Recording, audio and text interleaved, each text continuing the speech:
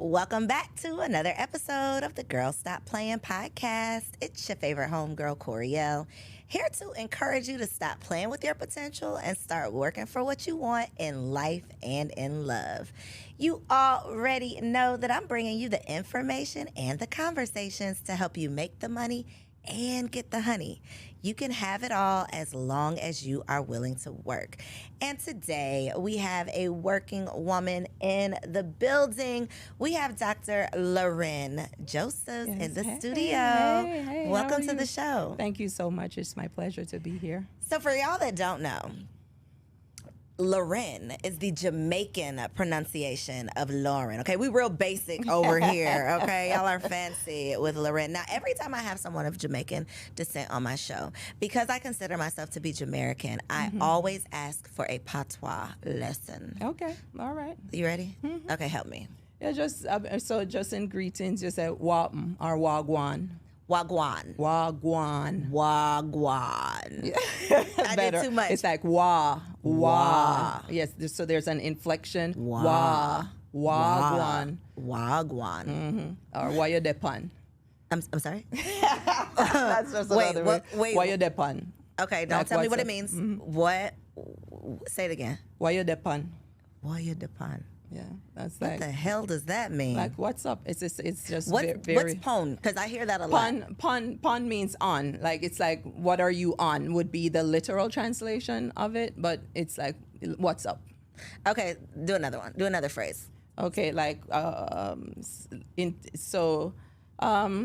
terms of what? Well, let me tell you what confuses me. Yeah. Y'all lose me when you do the me and the fee. Yeah. What does that mean? Okay, so fi is for and fa also means for, but it depends on the context See, that be you the use part, it in. that be the Yeah, part. yeah. So it's like if fa is at the end of a sentence and fi would be in the middle of a sentence. Okay, Yeah. now you all see why I get a lesson every single time and I still am back at square one. I'm sorry. Like why they go over the sofa or why they look over the sofa would be why are you looking over there? You know, for what reason are you looking What over are there? you looking over there for? Okay, say it again. Say the sentence Why they again. look over the sofa? Girl, there is literally no way I would have gotten that from that. But that is why I am still at square one. Okay. Yep. Well, we did not do that. I'm going to stick to Spanish. Okay, so Dr. Loren, Yes. you have done so much reading your bio, preparing for this conversation. I'm like, oh my God, where do I start? So where I would like to start is your professional start with in the mental health space. Yeah. So talk to me about what did you study in school that led to that so space? I have a master's and specialist degree in mental health counseling. Okay. And when I started my career in mental health, I was actually working with youth who were involved in the juvenile justice system. And so I had to go into homes. That was my job. I had to do home visits and provide the counseling services in home. And so as I was visiting these homes, I started to notice a lot of connecting threads, the similar challenges that people face, many of them who looked like me.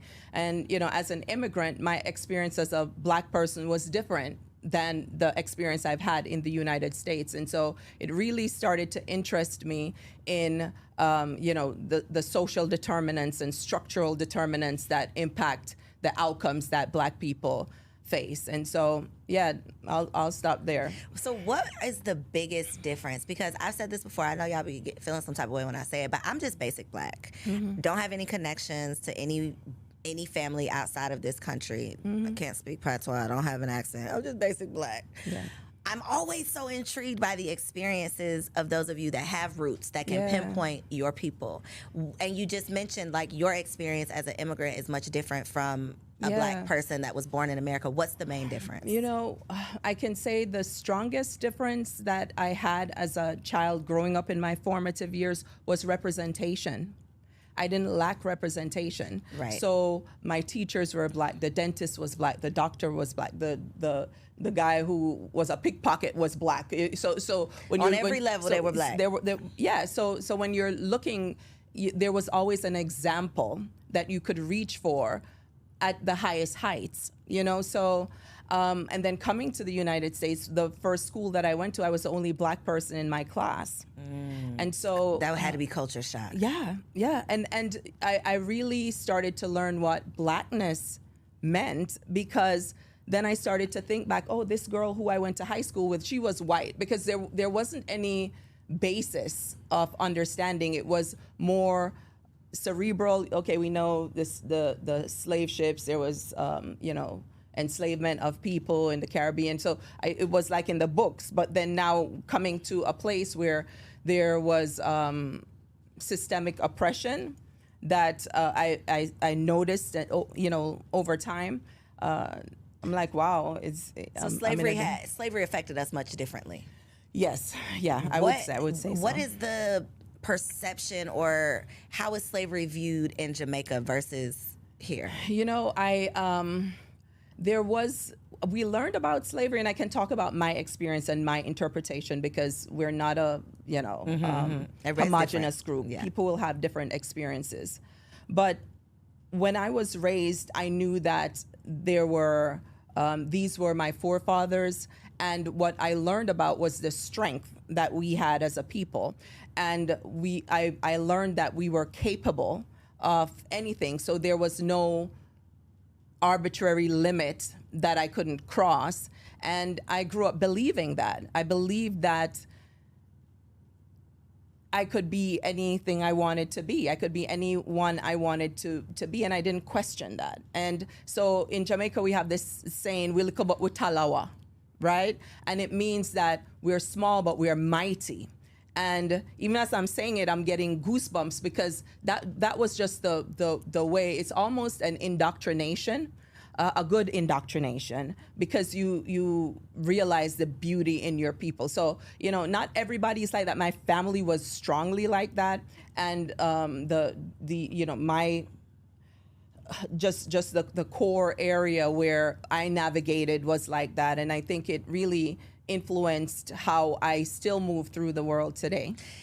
It's so crazy how the literal same exact experience, depending on how you view it, is going to dictate like what you get out of it and how that affects you. So you all take strength from it. Like, if we could get through this terrible, unimaginable thing, I can do anything. Yeah. In America, it's more so, or it can lead to like the victim mentality. Yeah. Like, we are so set back because of this thing that we've been through. Like, we are starting from a deficit. We are starting beneath, other cultures because of what we've been through, versus a sign of strength. Like, because we've been through this, if my ancestors can do that, it ain't nothing that I'm dealing with that I can't do. If you just look at how people evolve, we are here because our forefathers survived the Middle Passage.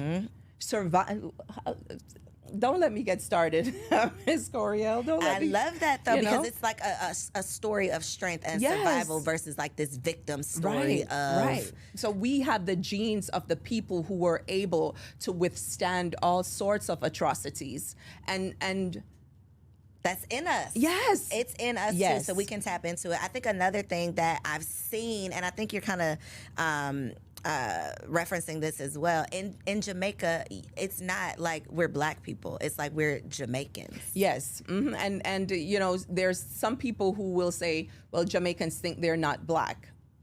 And I haven't found that to be true. There's a whole colorism thing that goes on. Well, that's another day's conversation. That is alive and well in some segments of the community.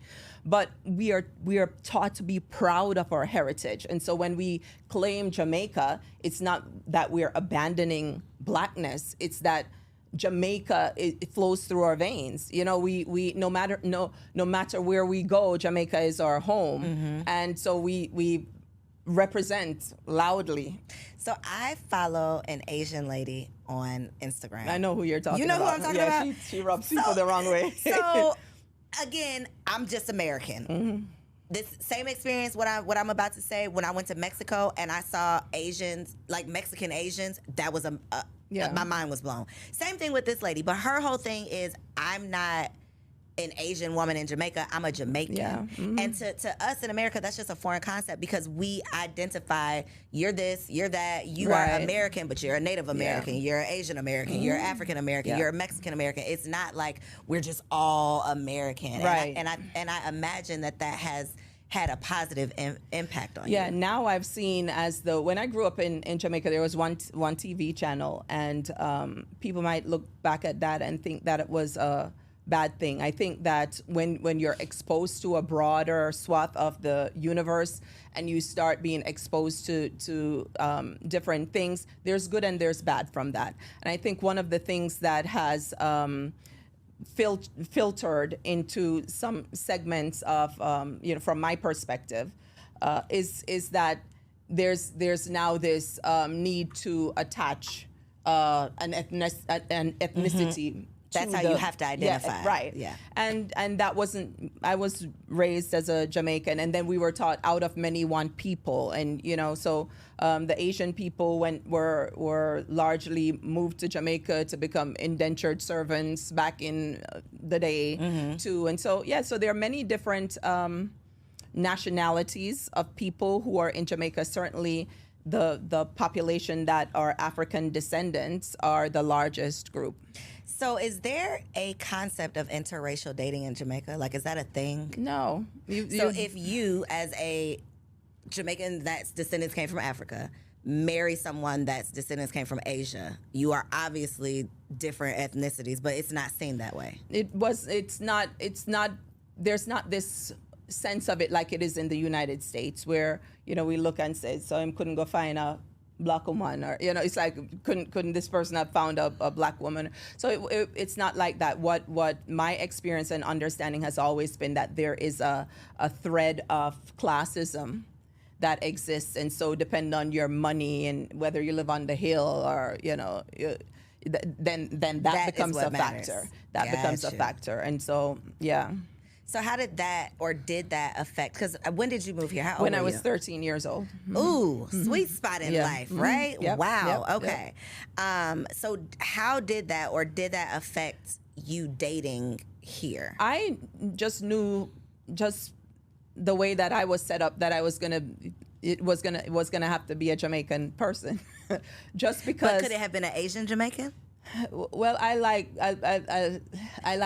black men, so for me, it could have, but it just where my eyes naturally fall wasn't that, So we're attracted to who we're attracted to, but I knew that it would be a Jamaican person because there's a lot to explain otherwise. That part, I literally for years, like a decade, my hairstylist was I have locks now under this wig, so I don't go to her as often as I used to, but she's Jamaican, and she complained to me one time, like, if you don't eat fish heads, I just can't, I'm not explaining this anymore, and if you look at me like this is disgusting, this is not gonna work. Like, this is who I am. I'm not gonna stop eating this, so I can very much understand that. It's the whole fish, I mean, that's if you just talk the to thing. mommy will tell you that the fish cheek is the sweetest part of the fish. Like, ask me the cheek of the fish. Like I look at her like, okay, but listen, when I'm at a restaurant and I see that red snapper coming across, and the eyeball is looking up at me, I'm just like, that's where I draw the line. I chop it off, but I use it to make fish tea though. What is fish tea? Is that what we call fish soup? I was gonna say, okay, wait a minute, you're not sipping, but I guess you kind of still are. We call it fish tea in Jamaica. You would call it fish soup, but Jamaicans call it fish tea. Interesting. You see, okay. it's a whole heap of things. You like, I'm not about to explain all of this to you, so you need to come get with the program. That makes sense. Okay, so you got here, you studied, you got both of your degrees, started working with children. What were some of those things? Because we often have these conversations about how adults relate, and it always leads back to your childhood. Yes. What were some of those consistent things, those common denominators that you were seeing that's like, okay, we hear the statistics of growing up in a single parent home. What were some of those things that you were saying? It was people who were precariously housed, people who were moving from couch to couch, individuals who couldn't make the rent, make the basic needs. And when you look back through the parental line, you'd see a lot of abuse. There was a lot of individuals who were sexually abused, or in relationships where there was violence, or you had individuals whose caretakers were absent because they were incarcerated. And so a lot of these factors that you see are what are called adverse childhood experiences, ACEs. And it really impacts how individuals see the world and how they move through the world. And so sometimes when we look at it, or individuals who have been fortunate enough to not have to navigate some of those challenges in life, look at it and feel, why is it that they're still stuck? And this happened a long time ago. When you are negative, when you are harmed at a time in your life when nurturing is what is most important, then it creates a break, you know? And so when we talk about like arrested development, you know, not the group arrested development, but you see some people whose development stops at the time of the trauma. And so now they're navigating the world as a 30 and 35-year-old woman, but they are really a 12-year-old child, because the concerns, the issues that they faced at that time have not been resolved. There was no opportunity to resolve it. And so that was the connective threads that I saw, particularly in individuals who are living in poverty, but even people who were wealthy. The ones who were in the juvenile justice system, there was a pattern of trauma also present in their lives. Interesting, because you would think, or so many people think, you know, when you can give your kid everything, you know, they have everything. Why would they have any issues? Like, I've paid for everything, I've provided everything, and that is not always like the most important, the utmost. That's because what's going to the affect strong you. bonds, you know, strong bonds, nurturing bonds cannot be developed in absence. So you might have the nanny, but your child may need you. And so, you know, money does a lot, but it can't do all. That part. So I literally I didn't get rid of her. She kind of quit, but I had an au pair. And although I loved the convenience of having a live-in nanny, once she left and I got over the initial shock of like, oh my God, I'm gonna have to take care of my old kids myself, I really started to think like, I needed to take care of my own children. The crutch that this au pair was providing, it was really, although it was convenient, there were so many moments that I would have missed if she would have stayed. And I think the convenience of all of these things sometimes is taking away from the connection that we should have with our kids. It definitely is a balance, and it's hard because you're a working mother. You know, you are brilliant and talented in your own right, trying to forge your path forward. And so, you know, I'm a mom myself, and so I understand that there's give and take, and there's sometimes guilt when difficult choices have to be made. But no, I feel you on that one. So what did you take away from that career path that you have used now as a mother with your own children? I understand the importance of time. Time is fleeting, and I make choices. I always with that knowledge, because so many people who we're working hard and we're working intentionally to be able to have a legacy for our children. The kids right now need us now too. And so I realized that there were a lot of absent parents, not necessarily because they were working, but when parents are incarcerated, or, you know, the grandparent is raising the child. I saw quite a bit of that. There's always this yearning in the children. And particularly where girls were concerned, there's always this seeking for that love and that nurturing. And I have a son, and he has special needs. So that's a whole host of other layers of challenges that I have to deal with. But I just really value that time and that connection. That's such a good point. I remember seeing Layla Ali somewhere, and she was talking about her experience growing up, how to the world her father was just like this great man, but she didn't know that man. Like, she did not get that greatness that these strangers got because he was out being great for the world. Right. And I think so often we're so focused on making a better life for our kids that we're not focused on this life right now that they're living and really being active and intentional. Right. And we're thinking that we could just buy them the world, but no, they won't you. They don't care about all of that stuff. And you know what I see? I see people throw that word around a lot. Intentional. I mean, we got to be intentional about this. We got to be intentional. You annoyed with it? Yeah. You know, it's no, but I feel that it's just become a word that people say. It's thrown around. It doesn't hold any weight anymore. Right. It sounds good, you know, just like mindfulness. But really, those are strong and important concepts that we should incorporate. And it's not something glib that we, you know, okay, I'm going to be intentional. But how does that demonstrate itself in the way that you connect with those that you love, you know? So you mentioned you have a special needs son. I feel like the motherhood conversation is either for new moms, postpartum. We talk about postpartum. We talk about pregnancy, infertility, all of those things. I don't really hear the special needs mom ever entering the chat. Right. It's a lonely place. I can imagine. And I have close friends who I'm just like, mom period is rough. Yeah. Add on that extra layer and it's like, how? Yeah. And I truly mean how.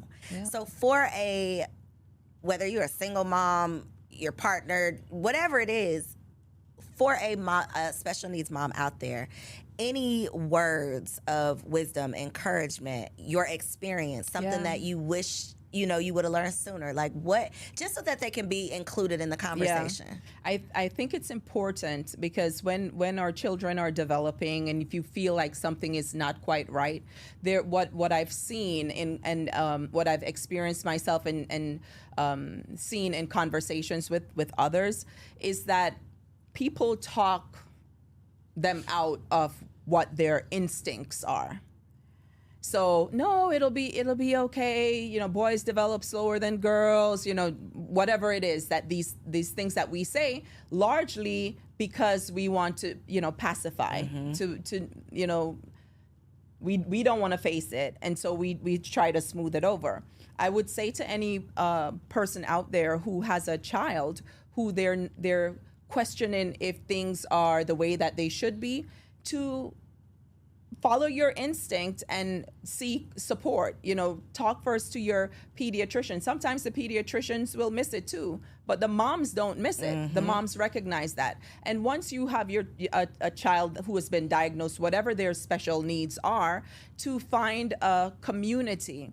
And sometimes those communities are hard. You know, nowadays, thankfully, there are some that are online that provide vital information so you can be informed. But there are so many challenges along the way. And you're right when you say they're missing from the chat. A lot of times they're missing from the chat because they're in a corner trying to figure it out. Can I ask you what were the signs? Yeah. So my son initially, the first thing that we saw was that he was having seizures. And which is really devastating. How young? Devastating to watch. He was less than 2. Oh, man. And so that was one thing. And then we recognized that he had started to talk and then regressed. And then after that, then, you know, he was very picky. And so, but because he was, during the early stages, he was making all of the milestone. Everybody wanted to push it aside, but no, you know, I wasn't going to push it aside. So I had him in all the therapies. I did research, and so, you know, which my work world really helped me in this case, because after I was a mental health counselor, I returned to school, earned my PhD, and I'm a social and behavioral scientist, and my work is in research. And so I used all my skills to learn as much as I could about what were the best practices in the field, what were the things that were shown to be effective, and I got him in all those therapies. And this was before, you know, anybody, people weren't even assessing their child pre 2 years old. And particularly a lot of Black people have to wait till they go to school to get a diagnosis for their child. The teacher will recognize that, you know what, little Johnny, So he's not. Yeah, something is. Might want to get that checked out. And so my background is in education. I taught second and third grade, and I remember the IEP meetings, and these parents didn't know anything to be able to advocate for them, for their child. And when you don't know what you don't know, you show up in those meetings and you are dictated to. They tell you what's about to happen. And this is your baby. And I think so often, whether we're talking about even when you're pregnant, not being able to advocate for yourself. Black people especially, we got to stop feeling like the doctor is the end all be all. Like the doctor, the principal, the police, anybody with authority, we feel like they know better for us and for our family than we do. And we sometimes, a lot of times, are handing over our control. You're handing over your child, literally the health of your child, the future of your child, to someone who does not have that buy-in, someone who does not really truly. They say they care, but they are not. They're not going to have to pick up the pieces of what happens here, of the decision that's made. And so I think it's so important that we don't, you know, as you said, just let people tell us what's about to happen or what's going on. And we as women, like, how many times have you been to the doctor, homegirl, and you like, doctor, something ain't right. I don't know what it is, but something is, I'm telling you, something is not right. And that doctor will look you right in your face and say, no, that's normal. No, that's not what it, you know? And so it's that same feeling of like, no, I know. You cannot tell me that this is normal. And we have to be willing to get a second opinion and go to a different doctor and push the issue because it could be life or death. Absolutely. So you went from, I'm like following your career path here. Okay, so did your son, was that experience what led you to going back to school, or did that come first? No, it came first. And what led me to go back to school was going in those homes and seeing the patterns and wondering what were the connecting threads. Why is it that we have a disproportionate amount of Black youth, because I was working with the kids in the juvenile justice system. Why are so many of them Black? Why are so many of the people who look like me precariously housed? Why are the dads in jail? Why are the moms not nurtured? What is going on here? And so I really just had a desire to understand what was the system at play, because from my perspective, what I was seeing, I'm like, this cannot be chance. And so remember, you know, I came from Jamaica, I went to high school, I went to college, you know, so that was the experience. But now I'm an adult in the world navigating it, and I'm like, something's not right. And so when I went back to school, it was because I wanted to find a way to address social outcomes. And so I earned my doctoral degree, which equipped me to do that. It was a multidisciplinary degree that drew from criminal justice, social work, public affairs, and health informatics and research. And so it allows me to take a cross-sector approach at examining problems, because when you look at people, we're whole people, and we're impacted by a system that's connected, and we're using different language, you know, so we call it disproportionate contact with the criminal justice system. You have achievement gaps in school. You have all of these things, and when you really think about them, you have disparities in health outcomes. It's the same phenomenon with the same undercurrent driving it, right? What is that that's driving it? It's the social determinants. It's structural racism.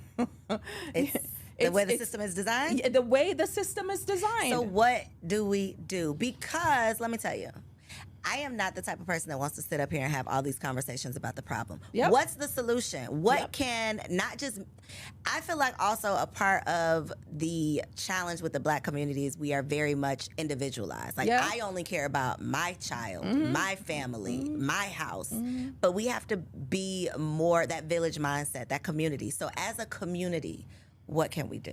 You know, I think that it's important for us to recognize where our strengths are and lead movements, micro movements within our sphere of influence.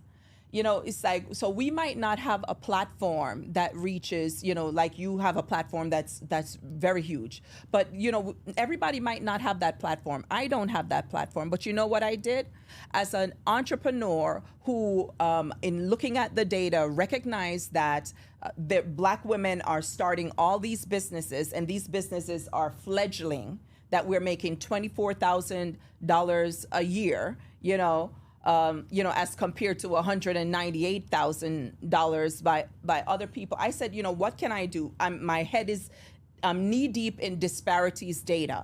Everything I look at on a day-to-day basis is telling me that there's something wrong. And so, I said, what I'm going to do is I'm going to find a way to teach people the path that I have taken with my consulting firm. Because when I went back to school and earned my doctoral degree, I decided that I wanted to focus on work that mattered to me. And the way that I found to do that was through consulting.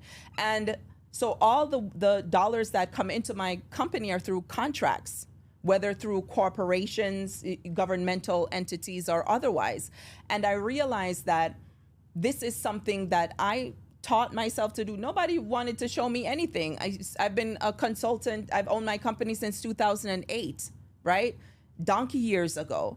And I'm still here. So I decided, you know what? I'm going to teach some women how to do this. It's small, it's micro, right? But what if I teach some people, and then they go on and they teach some people, and then the impact will not only be on their lives, but those who they employ and their families and their communities. What can we do? So sometimes I think that we take ourselves out of the solution creation process because we feel that it has to be grand. I have to change the whole world or I'm not even going to get started. And so I did the first cohort of the Grants and Contracts Incubator. It ended in March. And just yesterday I found out that the third contract was awarded to it was a small group, like 12 or 13 women, because what I wanted to do I knew would be intense and take a lot of my time. But I see it already working. And I feel so proud of that. So in addition to the work that I'm doing in the community through my contracts to help to design interventions that are culturally responsive, gender responsive, I'm also doing a little part to try and give a sister help who you can help. Yeah. So I was doing my research, and I want to talk about the contracts, but we got to talk about these grants, because you got over $300,000 in grants. I can't remember if it was 349, 369. I did read it though. Yeah. In your first year of business. Yeah. How? It's actually not that hard. So the work that I do is designed to impact communities. Right. And so if you are doing work that is seeking to improve an outcome, there are dollars for that. There's $500 billion in grant funding a year through the federal government. We're not talking about the state government. We're not talking about all the local municipalities. So there's a lot of money out there. And this is not just nonprofit. No, my company is not nonprofit. My company is a for-profit corporation. So you have grants, you have cooperative agreements, and you have contracts. And so there are contracts as well designed to help you to implement whatever it is that you want to do. Program. I saw funding the other day that they were looking to buy 12 rhesus monkeys and some sheep. I'm telling you, there's contracts for toilet paper, there's contracts for consulting, there's contracts for mental health, there's contracts for monkeys. What is and needed? Grants. What are the prerequisites? Is it different from contracts to grants? They are similar, and that's why I teach the process jointly. But the process, the first thing that any individual would need to do would be to register their business with the federal government. Okay. And it's free. That is the sam.gov. SAM.gov. You cannot apply for grants on grants.gov. until you register on sam.gov. Okay. So you can search for the grants, but you have to have your entity registered on sam.gov to be able to apply for funding through grants.gov. And the most tedious part is the searching, because there's so much. It's not the absence of opportunities that make people overwhelmed. It's that there's so much. And when you're first starting, it's hard to filter and process, but it's a skill that you build over time. I would encourage everyone who is a small business owner to explore, get grants and contracts from the federal government. It's been probably 5 years I've been playing around with this sam.gov thing. I'm not even gonna lie to you. And putting in applications for certification. Do I need to be certified? I still am not. I would tell people and I've been doing this since 2008. The women who are in the current cohort and the past cohort, I told them that yes, they should go after the certifications that they're qualified for, and that's because as of last year, they increased the target for contracts and funding awarded to businesses that meet a certain criteria. And so you'll be able to designate yourself as such. But what people are not aware of is that you self-certify in sam.gov. So you designate yourself as a member of these. I'm black. I'm a woman. I'm disadvantaged. Exactly. And so the SBA process is a vetting process. So it gives you a certain amount of credibility in your business. I've been doing it so long and have in a past performance where you don't need that. You got some respect on your name. But yeah. So for someone coming in new. Because I think a lot of it, even these questions I'm asking you, I'm sure you can see a lot of this is like the limiting beliefs. It's like, well, I didn't even know that was possible. So because it's not possible, I didn't even attempt it. Yeah. Which I think we miss out on so many opportunities because we don't even try because we talk ourselves out of it. What realistically, I guess, because I'm like, I'm not going to apply for a grant. Like, why would I apply for a grant? I'm not going to get a grant. Is it easier to get a grant versus a contract? Is it easier a contract versus a grant? I'm telling you, they're cousins or twins. They're friends who love each other. The path and the process is very similar, and so as you're exploring one, it's like anything.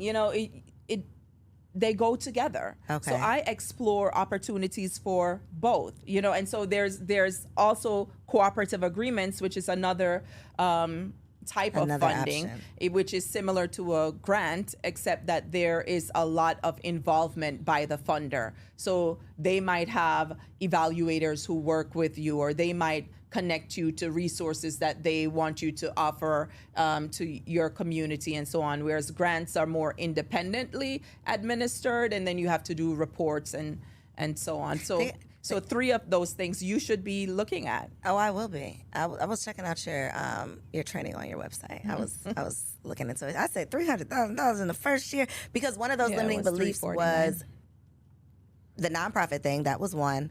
Even though I do have a nonprofit, but I thought that like only nonprofits could get grants, and then the actually writing of the grant, because it really, I think, comes down to knowing how to submit this application. You can do it because you are a teacher, so they provide you with everything you need to know and include. The reason why people don't do well is because they don't read.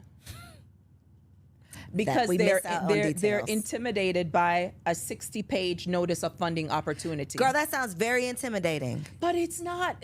Okay, listen, there's a lot of things that intimidate me, but what's not going to intimidate me is trying to apply for $750,000. You're like, I'm going to figure that out. You see what I'm saying? So if the barrier between me and that is 60 pages, I'm going to read them 60 pages. I'm going to read those 60 pages. Am I going to comprehend the 60 pages? Yes, you will, because the thing is, the one thing that the government does well is that they're going to tell you exactly what it is that they're looking for. And so if we have a basis of understanding, then whatever we develop will be designed to respond to that with specificity. So you can do it. So you're just because following it's like directions. your rubric or whatever you Used in the classroom. yeah. Got you. Okay. That's called in the grants and contracts world is your evaluation criteria.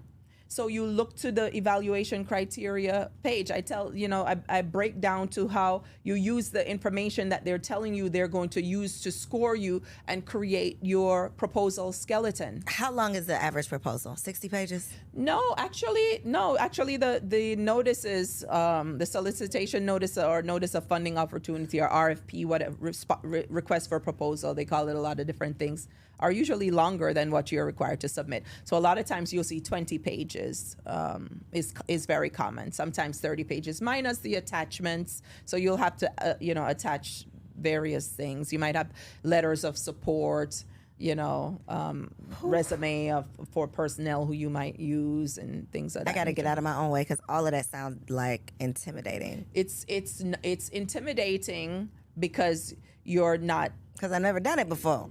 Exactly. And so there's always a certain amount of trepidation. You're like, oh my God. But then for me, at this point, I told the ladies last week, at this point, I'm unemployable. Right? That part. I ain't got no choice. I can't go work for nobody. No. And so, and there is the money that we are going after is small money in the scheme of things. You're looking for $1 million, a couple million, a little million here or there. Yes, I am actually. Where are you, little million? But I'm saying I'm not trying to. No, I be get what you're saying. But in the grand scheme of things, this little million. They're trillions of dollars. So let's say, and I know this varies, but my curiosity is when I see people say, okay, I got $1 million contract for 12 months, so yada yada whatever. How much are they really getting out of that million? Because you got to take that and hire the people and do the things. Yeah, so it depends on are you selling products or are you selling services and so on. So it depends, so it's when you think about anything that you're going to undertake, when you're thinking of should I respond to this proposal, you look at they have what's called a funding ceiling and then they have the funding floor. The least you can, they want you to request, and the most that you can request on any. So there's parameters. Yeah, there's parameters. And so when you're thinking about the product, process, service that you have in mind, then you're looking at the dollars and you're looking at what they're asking you to do, and you're looking at the budget to see if it makes sense. Gotcha. Not everything makes sense, but a lot of it out there does make sense. And so you might go after, a 3-year, $4 million funding opportunity. Does all of that come in your pocket? No, it shouldn't, because you have to. You got to do the thing. You have to do the thing, and you may not be, as a sole proprietor, able to do the things all by yourself. So you would need like subcontractors, right? Right. Yeah, you can use you can have contracted staff. You can have, if you have staff within your own organization, and so they will have to be compensated. But you are in this business for a profit, so your price is the cost plus your profit. Got you. What is the biggest difference or process? How is the process difference between government contracts and corporate contracts? Yeah, what I've found is that on the corporate side is that the contracting process has been a little bit simpler in my experience. And so, there's not a whole down the road and through the valley and over the mountains. For me, the process has been fairly simple, and because from my experience, the folks who have contracted me for my services have been leaders of departments of large entities. So there's more flexibility in what they can do, or how they're the decision makers. They're the decision makers. Gotcha. And so even if you contract, you were an educator, even if you were supposed to get contracts with school systems or depending on what you're looking for funding for, some schools are site managed, and so the principal is in charge. So it's easier once you develop relationships to get opportunities versus like that. Something that has to get approved by the school board or a lot of red tape. Right, Got you. Right. So there's different paths for everyone, and it's not harder than anything else. everything that we do, there's going to be a hard some way, this is the hard that I've chosen. And I actually don't feel that it's hard. What I feel that it's, you have to pay attention. You have to be responsive to detail. You have to move with integrity. You have to provide services in excellence, because when you do that, then you are making the path to your next contract shorter, because now people are coming to you, right? Instead of you always having to, Okay, so if there's somebody out there watching with a limiting belief around, well, all of that sounds good, but what could I do? What are some of the skills or some of the services or some of the things that someone out there watching might already be qualified to do? They're just not thinking about it. You can do anything. I'm telling you, when I say anything, I mean anything. When you think about the government gets people to do the things that they need to do, from roads and bridges to janitorial services to property management, to research and evaluation to mental health to podcasting.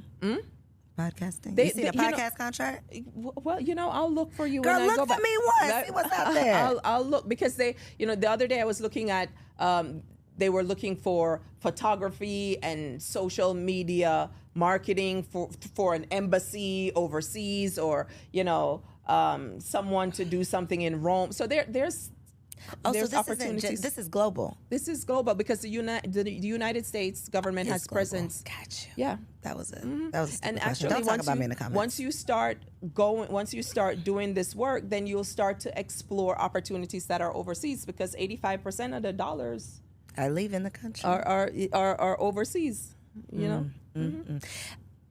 Do you only do what you do, or because I've talked to people who are in the government contracting space, and they started out doing one thing, and then they realize that it really boils down to being like a project manager, and then they start doing, or do you stay like in your lane? I'm in my lane firmly, and I suggest that people, particularly if you're just starting, do the same. I stay in my lane, and I will stay in this lane because I really enjoy my work. So I do 4 things: research, evaluation, training, and technical assistance around a core, my core competence, right? Gotcha. And so I don't do anything outside of that. I don't look for anything outside of that, because the reason I chose this path is because I really want to impact change in the community. In this space. Right. This Gotcha. is what I want to do. This is what moves me. And so when I do it, it might be long hours sometimes, but I never feel like, dang, I can't stand what I'm doing. I really enjoy what I'm doing. And so, no, I teach the ladies in the cohort core competence. We see social media. I see a lot of things on social media. You get a LLC, and then get an you do Airbnb, this, get a Turo, and then you get a contract, and you sub it out, and you take the money. First of all, some of the things that they're saying are illegal. A lot of it is illegal. They're going to jail. A lot of y'all are going to jail. The feds is watching. They are. They're watching on these podcasts. Y'all ain't not up in here though. Not up in here. Okay, not up in here. Yeah. Very good info though, because I do think that we are missing out on so many opportunities because we're stuck in this one way of doing it. And I don't know about you, but I'm starting to notice and feel this shift of like the social media entrepreneur is starting to be over with. Yeah. Like you can't just get on Instagram and make your whole income anymore. No. That is. Yeah, and that's what I say. It's like, I just showed up over here. It's like I've been told, you have to be here, but that's not my world of work. Right. Like I'm doing real work in real life. Exactly, in a real community. Yeah.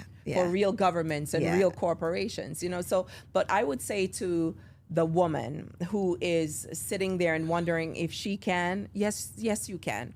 And the thing that is pulling you, that you're moving away from or pushing back, is the thing that is the seat of your power, right? And that is the basis of the funding that you'll get. If you can find work that's in alignment with that thing that makes you tick. I I'm getting excited thinking about it because we waste a lot of time doing things that we're not interested in, Yep. that we're not excited about, that we have no desire to do based on what we think we have to do, based on survival mode, based on outside influences. And if you can find that sweet spot of like what really, really like gives you joy, what brings you passion, and it gets you paid, Yes. that's what we're looking It's for. a beautiful thing. So you're going to walk them into the promised land. When is your next cohort? You know, not till next year. Now you done just did all this teasing.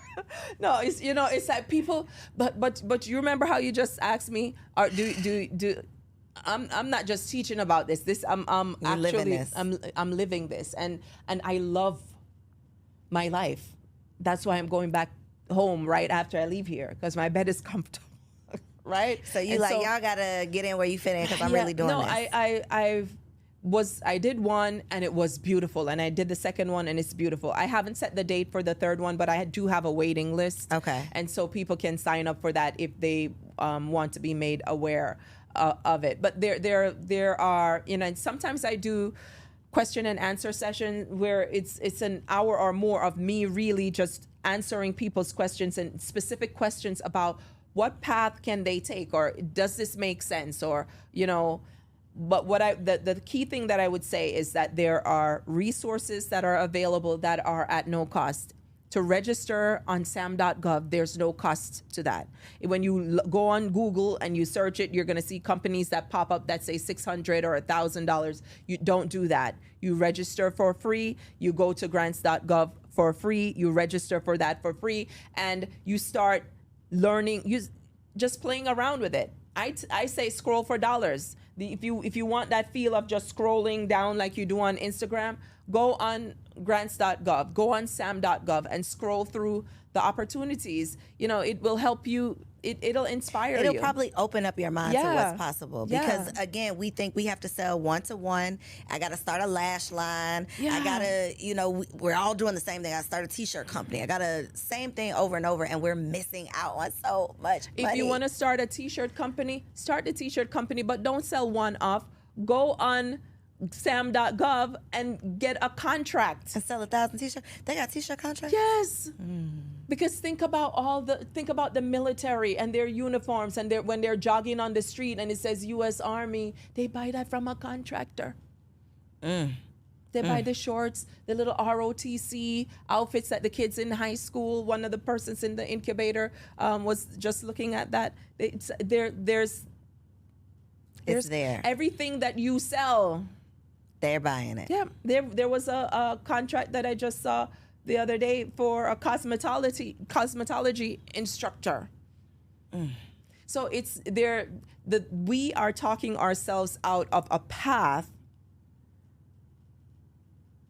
The path to freedom is what it really sounds like. And let's full circle moment. If we go back around to slavery, it's time to get your money back. Okay? All of that money that money back, okay? That the country that you built on your back, it's time for them to pay you back. Yeah. And we could drop the mic on that. So I don't even know. You can send the people to your website, but it ain't nothing there for them. But the wait list. Unless you got a contract. Unless you got a contract. Yeah, I don't sell to. Okay. Yeah, Okay. yeah. Well, where can they find the wait list? Oh, where can they find you online? Yeah, they can go to Dr. Loren, DrLauren Josephs, Dr. Loren Josephs on Instagram. And the don't other even go stuff. to the website because she ain't or got I'm on nothing. LinkedIn too, because that's where. That's where she hangs out with the big coins, with the contracts with the coins, baby. So if you got a contract for Dr. Loren, holla at your girl. If you got a contract for me, holla at me, okay? Speaking that thing into existence, I have enjoyed you.